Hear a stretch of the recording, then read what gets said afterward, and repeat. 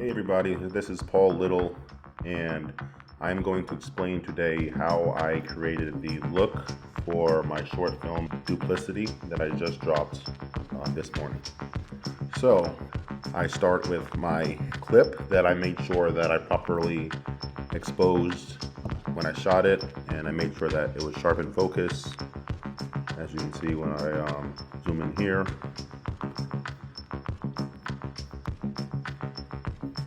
And the first thing that I want to do is go to my color wheels, and I want to pull down on my lift and drag that all the way to the bottom of this section here.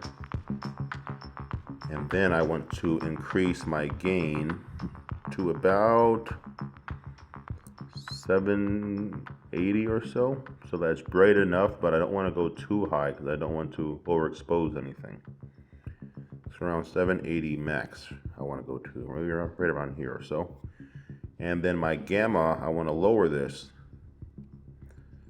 just about here so that the blacks look black and nothing looks too bright. Then I want to increase my contrast a bit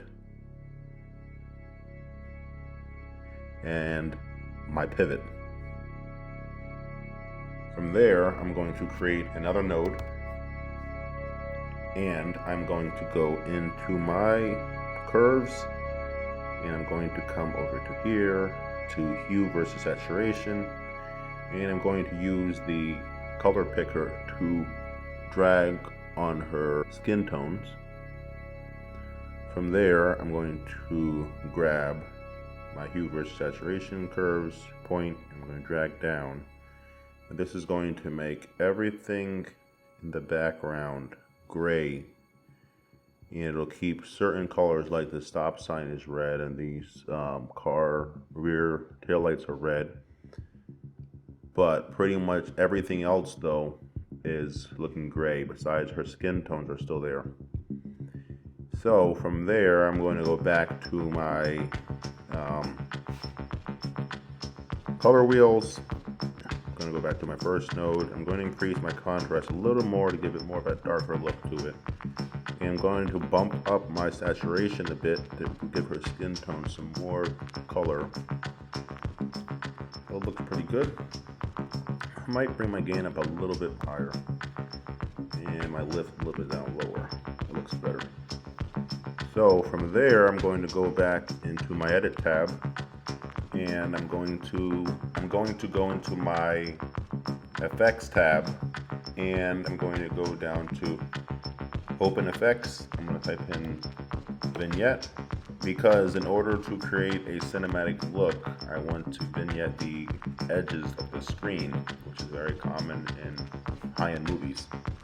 So I'm going to drag the size of the vignette out, and I'm going to change the anamorphism a little bit and bring the softness down so it's not so harsh. Here's how it looks without the vignette, here's how it looks with it on there. It causes your eye to focus on the subject that's in the middle of the screen rather than looking at the whole screen as one point of view. So that looks pretty good. Here's how it looks original raw, here's how it looks edited. It gives me that thriller crime look that I wanted, that gray, and this is the theme that I was going for throughout every shot of my short film. So now let me talk a little bit about my editing process. Here is my final timeline for my short film. It did not start off looking this simple. It started off pretty wild and messy, but I like to clean up my timeline once I have all my clips organized.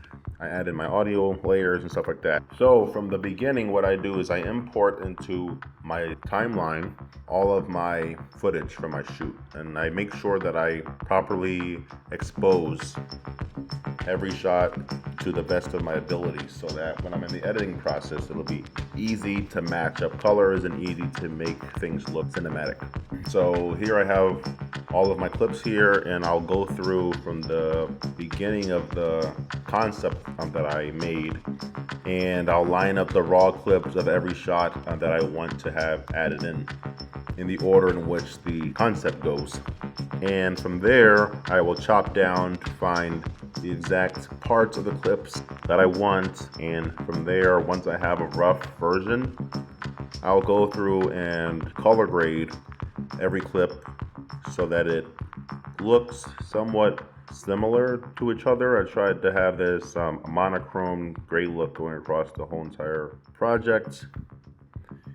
And after all of that is done, I'll go in and add all my audio clips in.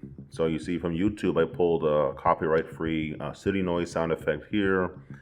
I dragged in my soundtrack that I also got from YouTube as a download from the band Chromatics.